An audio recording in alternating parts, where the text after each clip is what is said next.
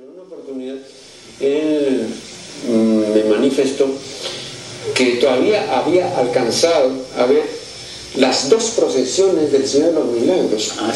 Una para la gente sencilla y popular y otra para la gente de pro o distinguida, ¿no? O la gente de viso, como se decía antes. Y no estaban mezcladas estas procesiones, ¿no? Después ya esto desapareció, pero hasta la época en que él era todavía joven, todavía se podía ver. Entonces también había una distribución por clase social, ¿no? Claro, me parece fantástico esa información, qué buena.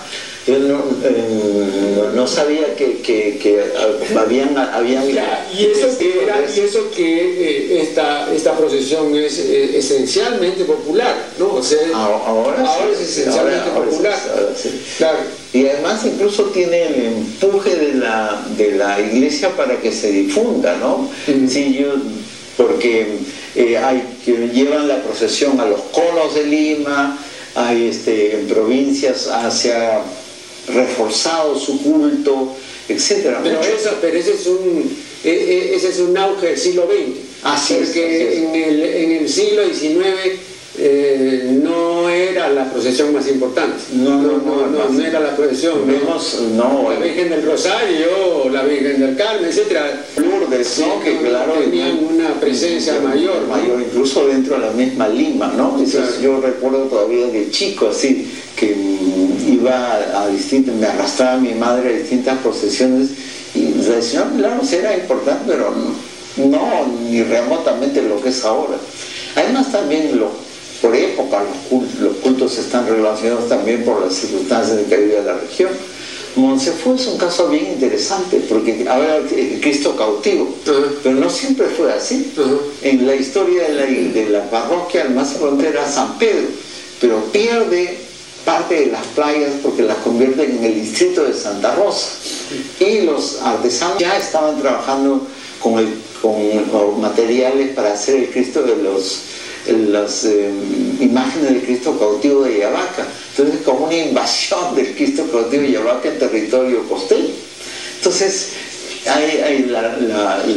los cultos tienen pues esa capacidad de crecer o disminuir. A propósito de eso, hace ya muchos años yo entrevisté a Marcela Oliva, que acababa de publicar su libro Peregrinaciones, que me pareció muy buen libro.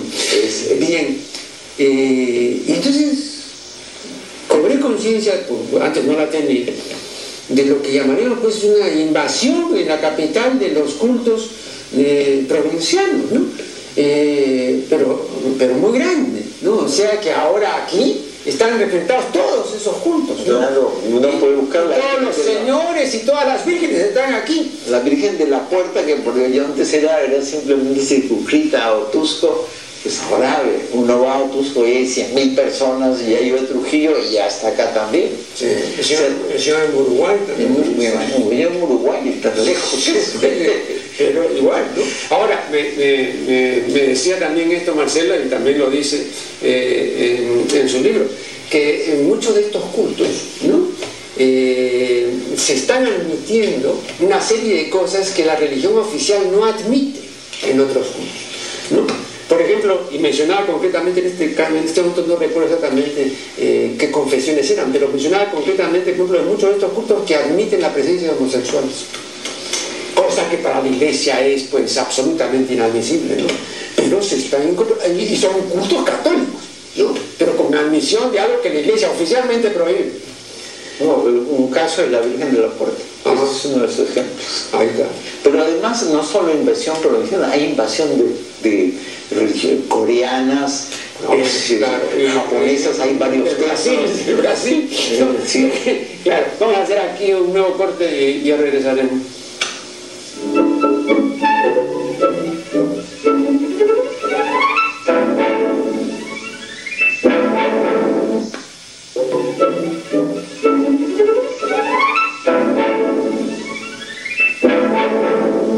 Estamos dialogando con el profesor Luis Millones a propósito de su libro titulado Después de la muerte. Voy a someter a la consideración del profesor Millones un asunto de carácter más bien general. Se trata de lo siguiente, ¿no? Antes la gente sentía distintamente, ¿no?, en relación con la muerte y con los muertos. Estuve recientemente releyendo unas crónicas y artículos que han sido recopilados y publicados por alas peruanas del famoso escritor y periodista Federico Moore. Y Federico Moore, hablando de la Lima de su tiempo, o sea, de la Lima de las primeras décadas del siglo XX, dice que era usual que las parejas se citaran en el cementerio, porque el cementerio era considerado un lugar agradable y ameno. Y bueno, lo recorrían, ¿no?, agarrados de las manos, y se distraían, ¿no?, sanamente, ¿no? Luego, tengo el testimonio del famoso escritor venezolano Rufino Blanco Fombona, que dice que estando en París los primeros años del 900, creo que en 1904, eso lo cuenta en su autobiografía, ¿no?, y conoció a una damisela encantadora, y entonces no tuvo mejor ocurrencia que proponerle, para distraerse un momento, ir a la morgue para contemplar cadáveres. Y bueno, a la bella del cuento le pareció muy bien, aceptó y fueron, ¿no? Bueno, estas prácticas eran comunes o eran solencias hace apenas un siglo, ¿no?